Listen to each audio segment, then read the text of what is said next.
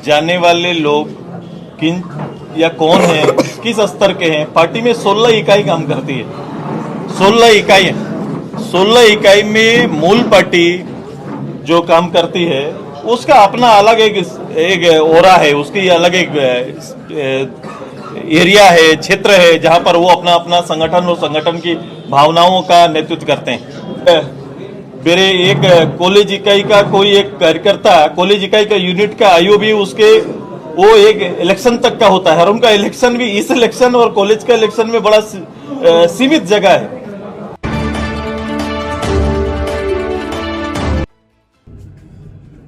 भारत की राजनीति के खेल निराले, तभी तो कहते हैं कौन है आने वाले और कौन है जाने वाले। इसका समीकरण अंतिम पायदान से क्या शुरुआती पायदान तक के दूसरे बदलाव तक आप इसको नहीं समझ सकते। मैं उमेश बेगम टीवी के पेज में कुर्सी खेल में श्रीमान आपका स्वागत करता हूं। क्या झारखंड बदल रहा है या झारखंड की चीजों को लेकर राजनीतिक पार्टियां जिस तरीके से बात कर रही है उसके अंतर्गत नया बदलाव दिख रहा है। चलिए हम बात करेंगे आजसू की। आजसू एक ऐसी पार्टी जो एनडीए के साथ लंबे समय से गठबंधन धर्म निभा रही है, लेकिन ऐसा क्या कुछ हुआ कि अब पार्टी के भीतर खाने कह सकते हैं हम, ऐसा भी देखो वक्त जीवन में आता है जब अच्छा खासा दोस्त भी दुश्मन बन जाता है। श्रीमान अभी लोहरदगा के प्रभारी रहे नीरू शांति भगत जी का इस्तीफा सुदेश महतो जी के टेबल तक पहुंचा। बस इतना ही पहुंचना था, उसके बाद पार्टी के अंतर्गत इस्तीफाओं का दौर शुरू हो गया। कहीं ना कहीं एक लंबी कहानी, एक लंबी फेयर लिस्ट अभी तैयार है, लेकिन इस पार्टी को डैमेज करने के पीछे का जो इतिहास रहा है, श्रीमान अकेले कोई एक व्यक्ति जिम्मेवार नहीं है। कुछ तो मजबूरियां रही होगी, कोई यूं ही बेवफा नहीं होता। श्रीमान जिस तरह इस्तीफा नीरू शांति भगत जी ने भेजा है, उसमें साथ ही एक बात और जिक्र कहा कि एक बहुत बड़ी चीज आजसू के अंतर्गत जरूरी है, जिसका नाम है कि अपने कार्यकर्ताओं और अपने समायोजन समिति के अंतर्गत नई कार्य प्रणाली लाने की जरूरत है, अन्यथा चीजों पर लगाम लगाना श्रीमान अब बाहर है। जिस तरीके से जेल के हमने इस पर 2024 की राजनीति में अपना नया आगाज किया, इसमें जो पार्टी के अंतर्गत खलबली की बात दिखी श्रीमान, सबसे ज्यादा अगर किसी क्षेत्रीय पार्टी को नुकसान पहुंचा तो आजसू। सुदेश महतो जी का यह 1.5 मिनट का वीडियो तकरीबन एक बात को दर्शाता है कि मन में है विश्वास, पूरा है विश्वास। भैया क्या विश्वास है? जिस तरीके से आप शब्दों को रख रहे हैं, आप बड़े नेता हैं और गृह मंत्री जैसे माननीय पद को सुशोभित आप कर चुके हैं झारखंड में। अब आप कह रहे हैं कि जो लोग मुझे छोड़कर जा रहे हैं श्रीमान, उनका कद उतना बड़ा नहीं है जो मेरे औरा के नजदीक आ सकता है। कहीं हो सकता है इस तरह के वाक्य पार्टी के अंतर्गत एक नई खलबली ना पैदा कर दे।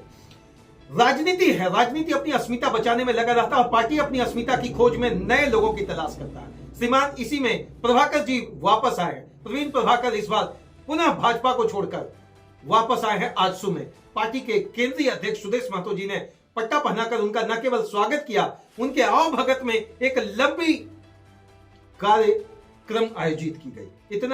इतना से कुछ नहीं होगा श्रीमान। अगर आजसू का डैमेज कंट्रोल को समझना है तो जरा समझेंगे। लोहरदगा के विधायक रहे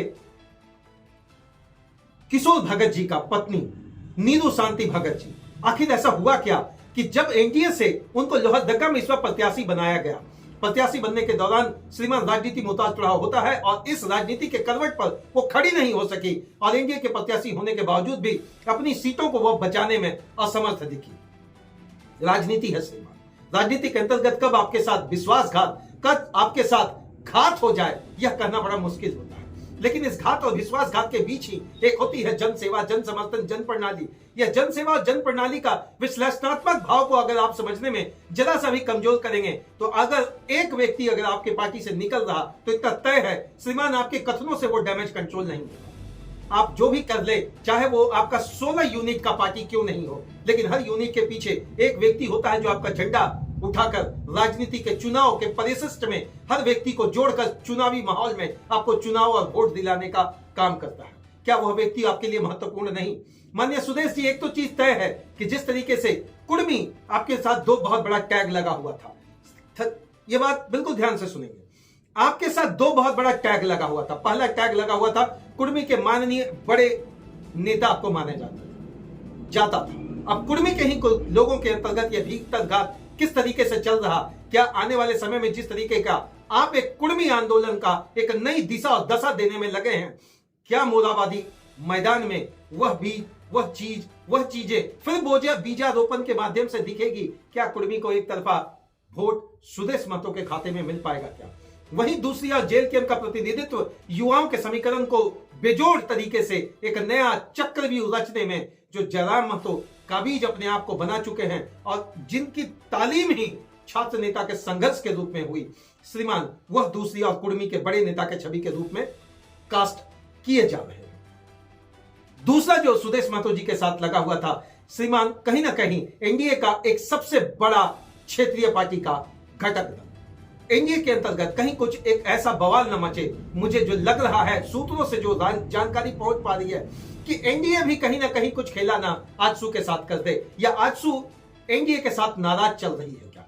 सीपी चौधरी जी के भाई भी जिस तरीके से इस बार करवट लेकर विधायक बने और विधायक बनने के पहले की कहानी हुई, भाजपा में उनका आजसू से इस्तीफा देकर भाजपा की सदस्यता उन्होंने ग्रहण की। कहीं सीपी चौधरी जी तो आने वाले समय में इस तरीके का कुछ ना करें। देखिए, यह राजनीति है श्रीमान, इसमें आया राम और गया राम शब्दों को डिफाइन अगर आप करते हैं तो अगर कोई भी कहता है कि अचल और चल वाली बात राजनीति में, तो मैं तो एक ही चीज कहूंगा श्रीमान, समझदारी का फेर है। इस्तीफा का दौर जारी है, आजसू में कोई और नई भूमिका निभाने की तैयारी।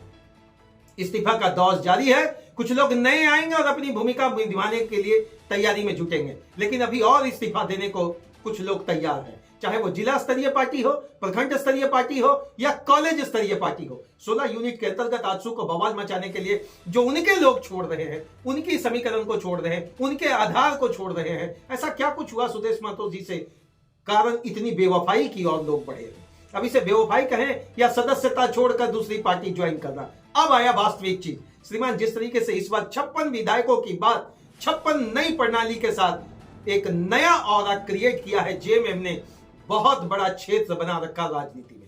राजनीति के उदय में इस बार जिस तरीके से हेमंत सोरेन जी का एक नया प्रारूप देखने को मिला, 2019 की बात करें, 2024 की बात करें, तो राजनीतिक समागम के वो इस बार माहिर खिलाड़ी दिख रहे। और भारत की राजनीति में उन्होंने जो अपना कद बनाया, अब यह कद श्रीमान यूपी एमपी तक पहुंच गया है। मैं तो एक बात कहना चाहूंगा श्रीमान कि आजसू के अंतर्गत मचा है खलबली, कैसे रुकेगा यह डैमेज कंट्रोल? कहीं जयराम महतो के कारण श्रीमान, हाँ वही डुमरी के विधायक जयराम महतो, डुमरी 33 के विधायक, बिल्कुल आप सही पहचान रहे, वही जयराम महतो जिन्होंने युवाओं का खेल अपनी ओर घुमाया, जिन्होंने युवाओं के खेल के माध्यम से बिगाड़ा है आजसू का खेल। क्या आजसू की झोली में सबसे कम सीटों के पहुंचने के पीछे का जिम्मेवार केवल जयराम महतो हैं या सुदेश महतो जी के राजनीतिक फैक्टर का बदलाव? श्रीमान, अब तो यह जानना पड़ेगा कैसी राजनीति की जा रही है झारखंड के अंतर्गत। अगर हर व्यक्ति आपके लिए राजनीति में झंडा ढोने का काम का है तो इतना तो तय है श्रीमान, उसकी महत्वता और उसकी भूमिका को भी आपको आंकना पड़ेगा। मैं तो एक ही कोशिश होती है झारखंड के उन मुद्दों को जो अनछुए तरीके से छूने का छोटा सा प्रयास किया जाता है श्रीमान, मैं उसको जरूर आपके पास लाकर रखूं। अभी केवल आजसू के तरफ से एकमात्र विधायक है और वह विधायक के पीछे भी अगर कहीं राजनीतिक षड्यंत्र चल रहा है तो इस चक्रव्यूह के अंतर्गत आने वाले समय में एक नया गुल देखने को मिलेगा। इस गुल में फूल होगा कि नहीं, पुष्पा झुकेगा कि नहीं, पुष्पा झुककर भी किस तरफ जाएगा, बहुत सारे प्रश्न आपके मन में चल रहे हैं। जोहार झारखंड, मैं उमेश, जय हिंद के माध्यम से अंतिम एक ही बात कि श्रीमान, राजनीति का परिशिष्ट के अंतर्गत बात उतनी ही चलनी चाहिए जितना हो सके। राजनीति में वादे उतने ही रखे जाए जितना आप निभा सके। श्रीमान, सबसे बड़ी एनडीए पार्टी के घटक दल होने के बावजूद भी मात्र 10 सीटों तक आप सीमित रह गए। बाकी विधायक अगर आप खड़े होते, अगर 2019 की परिपाटी को इस बार अगर आप भूमिका निभाए होते तो कहीं ना कहीं आजसू दूसरे जगह होती खड़ा। जय हिंद श्रीमान। झारखंड सुख और समृद्ध झारखंड की बात कहने वाले तमाम राजनीतिक दलों से एक अपील, केवल अपनी राजनीति के औरा को बड़ा ना करें, बल्कि वो जनसेवक की बात रखकर जो अब बात में आए थे राजनीति में, सदन तक पहुंचे थे, उनके औरा को भी बड़ा करने का छोटा सा प्रयास करें। तब तक के लिए जोहार झारखंड।